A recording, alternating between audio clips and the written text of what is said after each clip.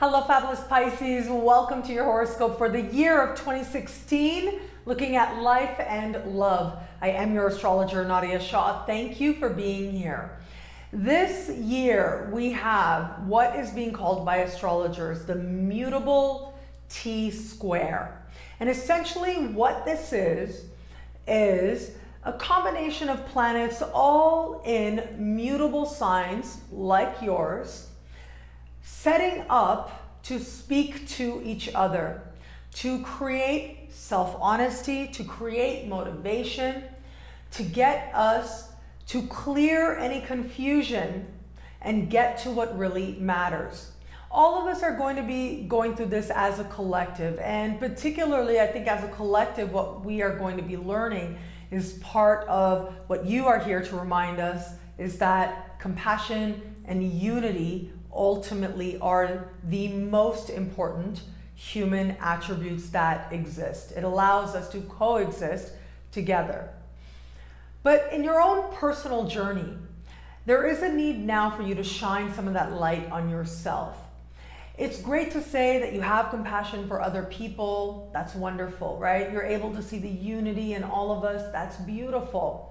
It's another thing to see yourself with those same eyes of acceptance and kindness. You are going to have Neptune in your sign standing across your ancient ruler, Jupiter. So this alone is like the old you and the new you trying to figure out where you are now. And then you add Saturn to the mix, right in the middle. And Saturn is making that consideration that much more timely.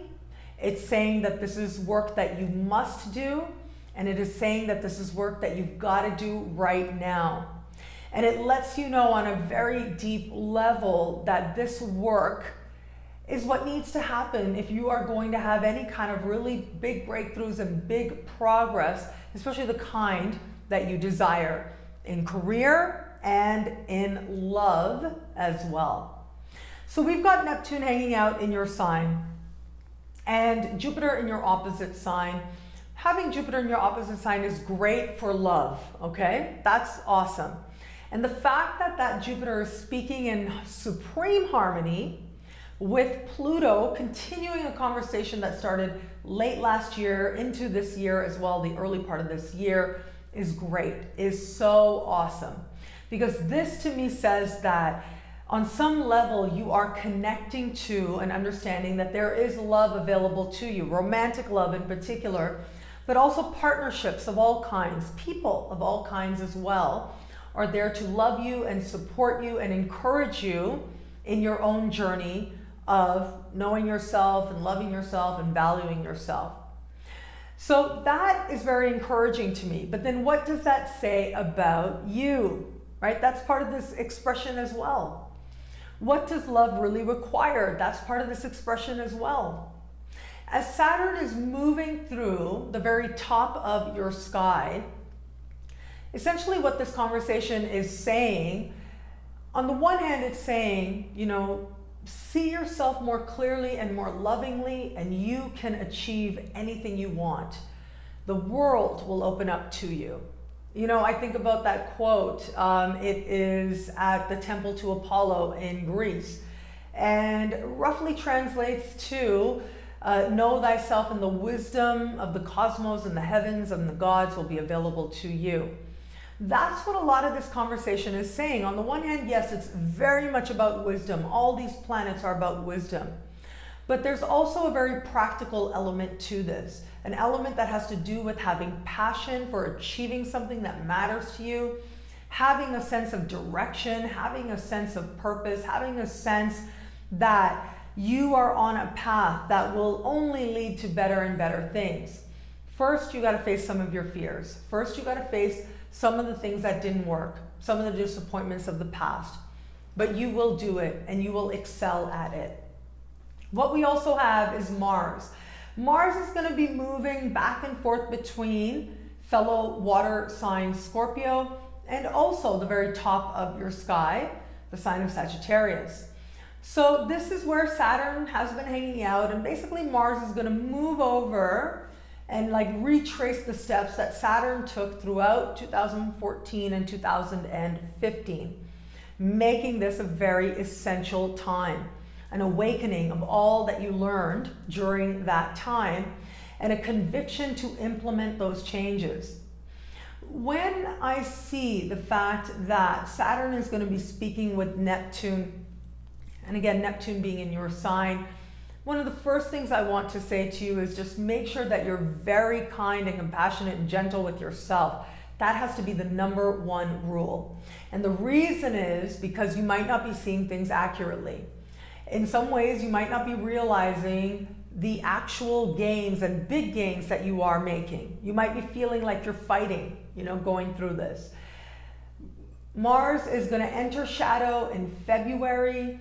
We'll really be speaking, we'll be in retrograde season right into August. So this says to me that much of the year is going to be spent on you feeling motivated and taking action that is going to be very effective, but not necessarily realizing that you are being effective or feeling like you need to be 10 steps ahead when it's always and can only be 1 step at a time. This essentially says that maybe a few of you out there, a small percentage of you out there, may be hard on yourselves. And that isn't necessary, it isn't needed, especially considering that there is so much inspiration available to you if you ground that energy into action. And that's the thing, when Mars moves into this supremely harmonious position, starting really very early in January, you are going to be experiencing Mars in a supremely harmonious conversation to you, to your Neptune, in the sign of Scorpio, fellow water sign Scorpio. This tells me that you are inspired. This tells me that you get the proverbial it. And this tells me that you can see that there are opportunities there. Nurture that knowing, nurture that knowledge, and nurture the belief that there is something that you are here to do, that only uniquely you can do. This is something I talk about in the weekly horoscopes and the monthly horoscopes as well. But how I approach astrology and what I believe about the sky is that your sky is perfect. It is exactly what it needs to be at any given moment so that you can become more of who it is that is going to be able to do all those things that you uniquely were created to do. In some cases, things that maybe you desired to do before you incarnated. In some cases, the things that you were created to do in the highest vision of yourself. Trust each moment. That understanding is going to be very strongly affirmed right out of the gate this year. That is the knowing. That is the commitment that you want to nurture, that you want to stay certain about. Because ultimately that is going to lead you to some very amazing places.